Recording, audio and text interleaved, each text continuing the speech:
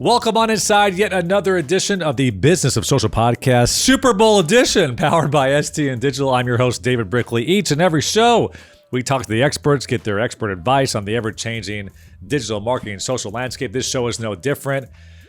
Will Kelly, producer Will, we are going to talk a little Super Bowl prior to the big game. Are we allowed to say Super Bowl? I know a lot of the the broadcasters can't say Super Bowl. We're going to go for it. We're going to go on a limb. It's catching on now, but I don't know why no one has copyrighted the big game yet. Yeah, it's true too. Maybe the big game is not copyrightable. Who knows? But we wanted to talk about, as a lot of you work in social digital, you've maybe worked in traditional advertising for quite some time. You're trying to figure out the balance between the two. And there's always been this conception or this question out there. Is it worth it to drop the 5.5, or I think, what is it this year, Will? $6.5 million for a 30-second spot? Yeah, last year CBS wanted up to 5.5 million, and NBC this year is asking for up to 6.5. 6.5 NBC saying that that's what's going to cost to reach our viewers for 30 seconds. And, we've seen those articles, right, Will, where it's like, should you put the $6.5 million on linear for 30 seconds, or should you put all that money into digital? Could you get so many more eyeballs, so much more reach? However, what about the earned media value of a Super Bowl ad, right? Because you get the write-ups in ad week, you get the YouTube views, the social mentions, but you also have to pay for the production of the commercial. So we're not going to really give you a right or wrong answer here on today's episode, but I wanted to package this all up in one nice little mini episode of what currently the stats, the data, the researchers, and the experts say about the value of a Super Bowl ad, and also the equivalent that you get on digital. So thank you to Will Kelly for his research, and we will dive into it. So how about the return of investment going back to 2021? I read this Wall Street Journal article, Will, back in February of last year, but Kantar Group did some research, and first of all, in less than 4 hours of the big game, 65 commercials cost an average of $5.6 million per 30-second spot air in front of that 91.5 million Super Bowl audience. So pretty incredible. They got 65. If you look at NBC right now, they're trying to sell out the 65 ads. And you were telling me something before the show that's interesting. Those 65 spots that NBC has going into February of this 2022 Super Bowl already sold out, right? Prior to the season, pretty much. Yeah, I saw two different articles that said before the first even NFL game of the season kicked off that NBC was practically sold out of ad placements for the Super Bowl. This is before they know who the actual teams are. Of course, this year, my man Joey Burrow and Jamar Chase take on Matthew Stafford, OBJ, and the Rams. So Bengals versus Rams. I got to tell you, if you're NBC and if you're advertisers that bought this ad a year ago, you're probably not as pumped at this matchup, not as big. Tom Brady's not in it. You probably would have loved to see Chiefs and Buccaneers if you're really looking for max eyeballs. So 91 million this year. It's going to be interesting to see how many people tune in to a Cincinnati versus LA matchup. I think you could kind of challenge that a little bit, though, because if they are already sold out before the first game even kicks off, and most people are probably going to watch the Super Bowl anyway, even if it's like the two worst teams. But they're in the selling league. that on an estimated impression. If you get lower viewers, you still have to pay the full freight. Yeah, most definitely. But I don't know how much that drops off if you don't have like one of those household names like the Cowboys or Tom Brady or something in there. That'd be curious. We shall see. We'll have to look at it. 91.5 million for, I think, the Buccaneers last year. Buccaneers versus Chiefs? No. The Chiefs? Bucs Chiefs last year. Yeah. So 91.5 million. We'll see how the Bengals and LA Rams do. All right. So I was curious, what happens when you advertise in terms of your sales, right? I mean, this is an opportunity where you can go out there in front of 100 million eyeballs. What does it do for sales? So researchers from Stanford University and Humboldt University in Berlin published a study of 3 brands that we know really well that we've talked to on the show: Anheuser-Busch, Coca-Cola, and Pepsi. They found, Will, that Super Bowl ads increased revenue 10 to 15% per household in the 8 weeks following that 30-second ad, unless a competitor advertises at the same exact time. So if Coca-Cola advertises and Pepsi doesn't, on average, they see 10 to 15% increase. Just to give you a little bit of numbers here, in Q3 of last year, Coca-Cola brought in $10 billion in revenue. So if you talk about 10% here, 15% there, you're talking about billions of dollars potentially in the 8 weeks leading after the Super Bowl. So very interesting here. What do you do, though, if you know your competitor is going to advertise? if you advertise, you're going to get a loss. But if you don't advertise at all, probably even a bigger loss. So the Coca-Colas and Pepsis, the Coronas and the Bud Lights, I mean, they have difficult decisions come Super Bowl time. And to take that a step further, like I think for the last couple of years, and I know this year for sure, Pepsi sponsors the halftime show. Yes. And all of the commercials are the Pepsi halftime show. Yeah, that was something else. It's interesting you bring that up. It was something else that I researched and looked at. So the Super Bowl top 5 sponsors actually generated $95.8 million in media value. So you bring up Pepsi, one of the main sponsors last year, seeing Pepsi over and over again in bumpers during the halftime show, in signage in arena, brought in $31 million in media value. The halftime broadcast graphic alone brought in $9.4 million in value. So not sure how much NBC and NFL charges for those bad boys, but you're making a crazy amount of media value, earned media value impressions when you get those spots as well. All right. So are the Super Bowl ads worth the expense? According to Gregory Aston, he's the head of digital media at Cantor Group. He says absolutely. It outweighs the NBA Finals, even if you advertise across 6 games. It outweighs the World Series, even across 7 games. He believes that it's worth it and is worth the expense. And advertisers spent $290 million during the NBA Finals, $191 million during the World Series, and $336 million during the Super Bowl. So obviously we all know the Super Bowl is where all the big advertisers come to play. Well, so think about that too. I mean, that's a minimum of 4 games also, and the Super Bowl is one 4-hour event. Yep, it is a national holiday. What are your thoughts? Do you think Monday should be a national holiday? Should STN start a trend here? I mean, a lot of people, they say it's the most unproductive day of work in the United States, the Monday following the Super Bowl. I think if you were to run for any type of high office and your platform was the day after the Super Bowl as a holiday, you'd get a lot of maybe a future David Brickley for president. That'll be on the main campaign trail. Okay, so speaking of does it make sense, I read another article and some more research here, but Jerry Dakin of GSK Consumer Healthcare, he broke down 5 reasons why he thinks it makes sense. And the big thing he talks about is the $100 million impressions. We'll talk about what that can buy you on digital here in a second.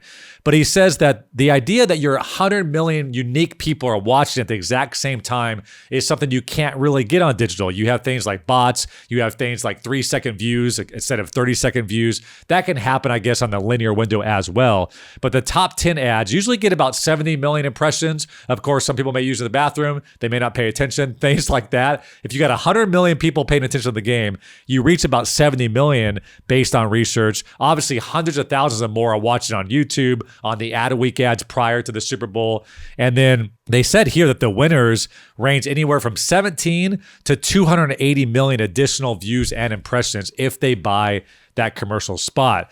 Works out to about 2 to 3 cents per person, which is pretty much on average. I mean, sometimes you can get 1 to 5 cents on linear when you buy TV. So overall, when you talk about what NBC is charging and the amount of views you can get, Will, I mean, you are paying a little bit higher rate, but you are paying what it usually takes to get those type of viewers.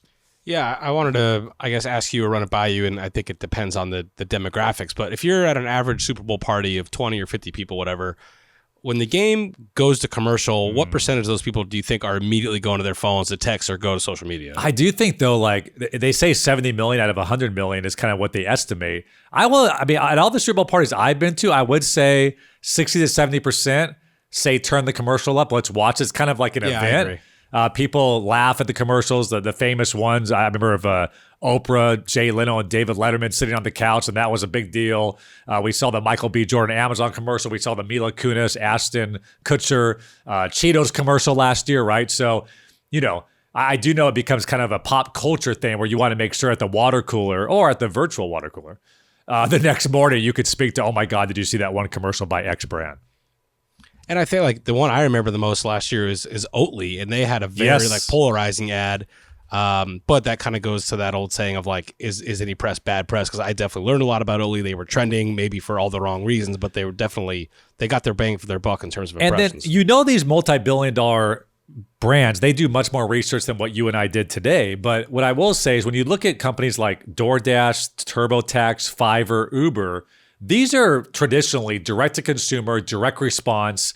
They were built on digital, built on mobile. If they're running Super Bowl commercial ads, you know that it's providing return on investment because they know the digital game inside and out, yet they still see the immense value of the pop culture, the phenomenon that is the Super Bowl, 100 million eyeballs. Again, linear viewership continues to go down year over year, but the Super Bowl is still the number one thing when it comes to live event. That's the most eyeballs you can ever get. So although they have digital strategies, they're digital native companies when you talk about TurboTax, Fiverr, et cetera, they're still there in the big game.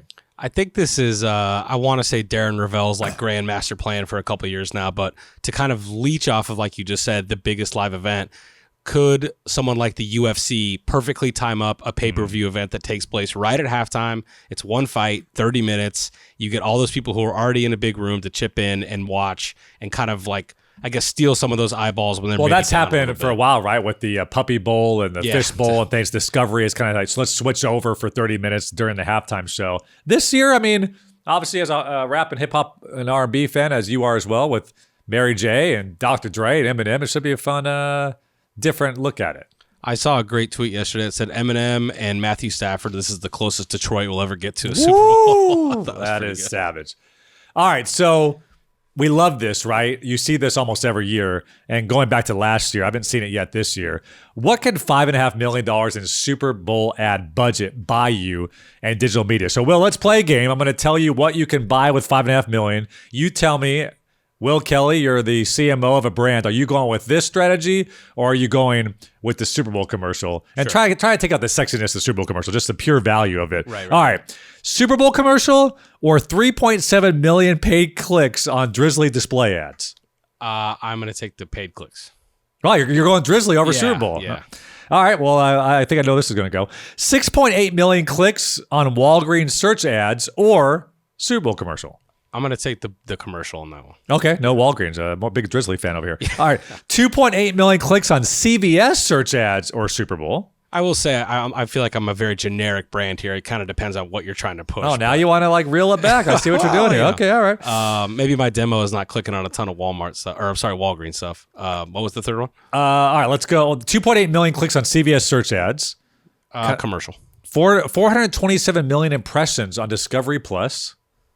Commercial. 275 million impressions on YouTube. Now, wait a second. You get 70 million paying attention, 100 million potentially a window.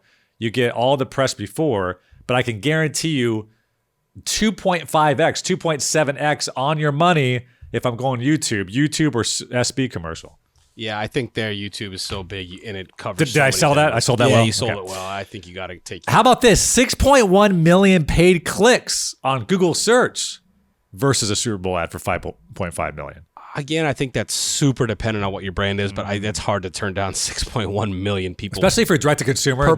Purposely clicking on your brand on Google. The Uber Eats, the Airbnbs of the world, you kind of want people to click to your website more so just than what you get in terms of the data forever, that type of stuff. All right, now I actually came up with some of these because I did some research.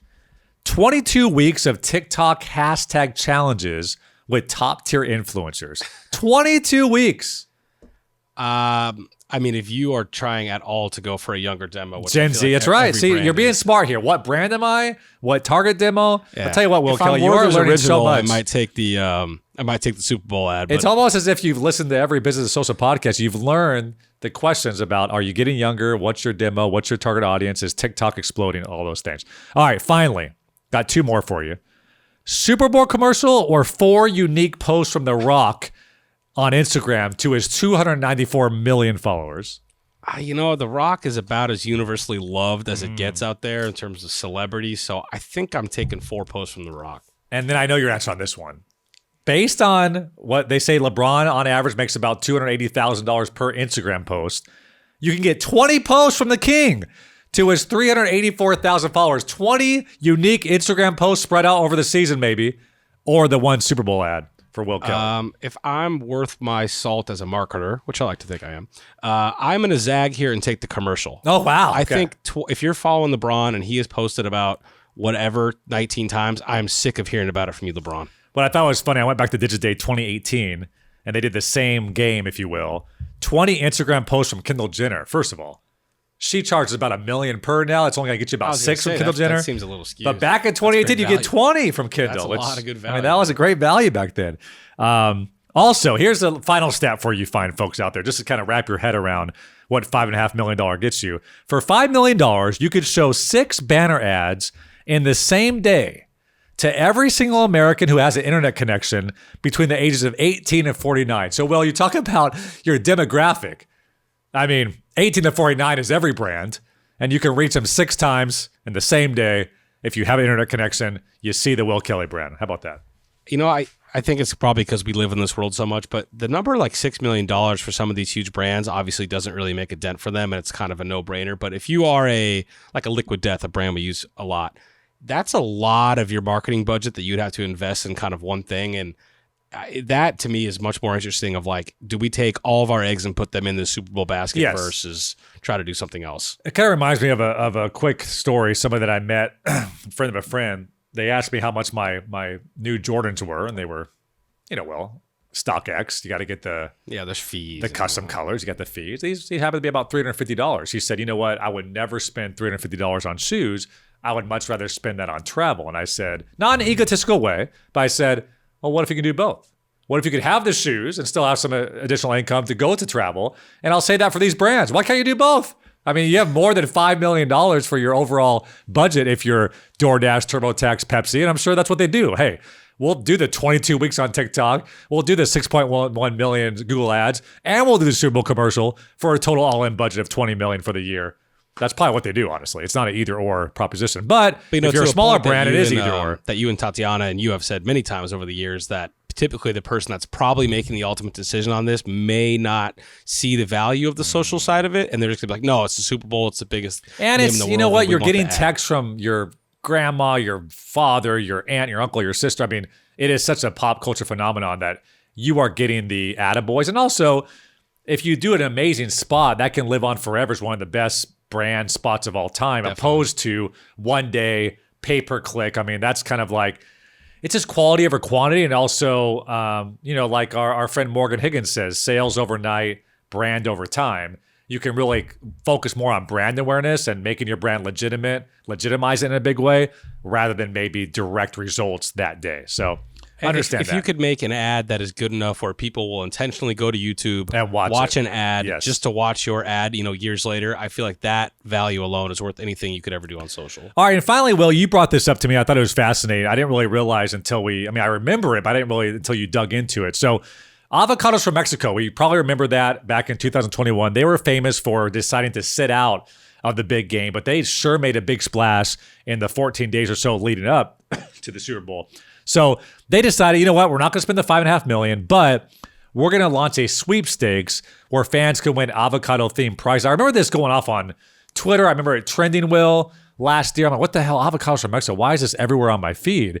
But they were considered the most engaging brand the 2 weeks leading up to the Super Bowl last year. They generated over 100,000 mentions, which is 5 times more than any other brand on social during that same period. And considering that they wanted you to buy the avocados and the guac and the dip prior to the big game, I think it made a lot of sense to get a lot of that exposure before, rather than, oh my God, I wish we would have bought avocados today. Oh my God, it's too late. I'll wait till my next party. So I know we were talking about this before the show, but really brilliant there. And I think based on your earlier question, what brand am I? If I am avocados from Mexico, I'm probably doing a different strategy than if I'm Bud Light, DoorDash, etc. Yeah, that was, and you've seen that more recently, right? Like brands will release a teaser trailer for their commercial 2 weeks ahead of the game because there is kind of that 2 week kind of dead period. And I thought that was a really interesting point is that, why wouldn't you use those 2 weeks to get people to buy your stuff to use during the big game rather than be like, oh yeah, Budweiser is a beer I haven't had in a while. So I just thought that was a really, really interesting strategy and a social strategy strictly that worked out very well for them. Good stuff by Avocados from Mexico. So there you have it. Hopefully that just a lot of numbers there. I mean, if this was STN Digital, we would have a nice Kahoot quiz after this to make sure you're paying attention. But for you listeners out there, I've never really seen anybody break down all the different metrics, all the different ways. Is it smart? Is it not? The good news and bad news is this. The good news is I got you more data, more things to think of. Hopefully I fascinated you in some way. The bad news is I probably left you the same way you came in. You don't know if it's the best right your money, but what Will and I just said is true. It's based on demographic, based on the brand, based on what you're selling, like anything else. But it is interesting to see apples to apples, I guess, apples to oranges. I don't know what it is. But this versus this, what can you get and what does it make sense for your brand? Let me, based on your kind of Air Jordans and traveling analogy, if you could do both, let's say you're CMO of whatever brand, and you have your $6 million, you already have your ad made and ready for the Super Bowl, and you have an additional, X amount of money for social strategy kind of after it airs or before it airs. Like, what would you recommend a large brand? How do you capitalize on the buzz of your commercial? Well, what I like to do is I want it to come off genuine and not just salesy in your face. There's nothing worse than a promoted post that you keep. I mean, I've done this a lot recently. Well, I don't know what it is, but I'm clicking on ads and saying, I see this too often. Stop showing me this. It's annoying. Yeah, I do that. You've seen me. I've seen it 19 times. It's enough. Yes, I'm in your demographic. Yes, I'm probably your core demo, but I don't want to be blasted with this. And you kind of get a negative connotation to the brand.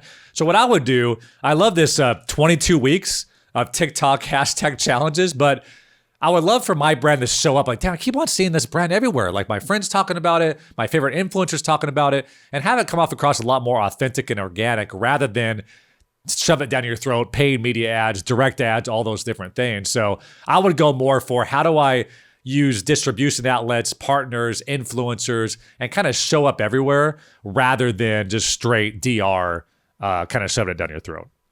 There was a really interesting example from And Supreme. Sorry, Supreme did this well. We talked about with Monica Regali of VF Corp, but you started seeing your favorite rapper and then your favorite celebrity and your favorite artist and your actress rocking these Supreme bags, and all of a sudden it became so cool that you wanted Supreme, and that just really... that entire brand just went crazy after that. But it's because it came off across like, oh, these celebrities just happen to like this brand, so let me get after it. And it's also not something that anyone can just go on and buy. It's very much a unique thing that you have to like wait in line and get the email for and do that kind of whole like Jordan sneakers thing. What I was going to say about Mountain Dew, I thought they had a really interesting strategy of they released a 30-second spot last year with John Cena, I believe. And then after their prompt of the commercial was, whoever can tell us how many Mountain Dew bottles were in this commercial and use, whatever hashtag, we will give you. It was some type of sweepstakes. So people are rewinding it, watching it. And I think there was like over it. 1 million, bottles. Wow. It wasn't like the answer is 3 or something like that. It would be impossible to pause and count each one, so you have to make a but you have people watch your ad and then go directly to socials and tweet at your corporate account with the hashtag. That's I love really it. Smart. Yeah, that's the thing too. Like if you're gonna do an ad like that, add a sweepstakes to it, add a way that people can engage rather than just your logo bug at the end and go to the next commercial. It'd be nice to have a hashtag. That's a brilliant way by Mountain Dew to extend their investment of that 5.6. All right. So as I said, hopefully this was helpful. Hopefully it was valuable. The Super Bowl edition of STN Digital as we head in. I'll end with this, Will. This will come out obviously before the Super Bowl is final. Who do you got? Joe Burrow and the Cincinnati Bengals or Matthew Stafford? Does he come from Detroit, go to LA? And I don't know why I have to start with the quarterbacks. Maybe it's Sean McVay versus, who knows. But I think you'd be a fool to count out the Bengals at this point after all they've done. But I just feel like it's the Rams' year. All right. And the Bengals have a little bit of a shaky old line. So I'm going to say like 31-24 Rams. This might be sacrilegious as a guy that grew up an hour east of LA, obviously a huge Laker fan, but I'm pulling for the Bengals, man. I mean, the city of Cincinnati... Big Joe Burrow fan. Saw him play at LSU his championship year when they played Auburn on campus. As I was sitting there watching them, I may be watching the best college football team of all time. Which, if you think about it, Clyde Edwards-Helaire was there, I believe, and Joe Burrow. You had Jamar Chase, Randy Moss's nephew, I think. Yeah, anyways, he was their tight end, and Justin Jefferson. Also. Justin Jefferson and Jamar Chase. He had eight touchdowns in. But the fact that Joe Burrow, he got injured last year, so his second year in the league, he leads his team to the Super Bowl. I mean, this guy's the next Tom Brady. This was making the rounds yesterday, and I tweeted about it. But just 2 years ago, in 2019, at the end of 2019, there was a Bengals fan who stayed on his roof until the Bengals won a game because they were so bad. And now, 2.5 years later, did you see this this parlay where the guy guessed the final score of both games? But $15 won him $574,000. Yeah, two exact scores, pretty nice. All right, so we'll win a friendly wager, maybe $5 on Rams versus Bengals here. I don't know what the spread is. I'm sure Rams are favored. I believe it's like Rams by 4 or 4. And they're home. I mean, this is tough, but I like Burrow, Chase, Mixon. You got the Boyd. I mean, you got a nice receiving core there. Defense is playing decent. And you know what I love is McPherson. That guy's the next Gostowski, I think. I know. He's great. He's like 21. Ice in his veins. These young kids. Yeah. All right. Hope you enjoyed that. Thanks to Dave Ferker for all his help setting up the studio, as, of course, producer Will. This has been yet another edition of the Business Social Podcast, mini episode edition. It's David Brickley. It's all been powered by STN Digital.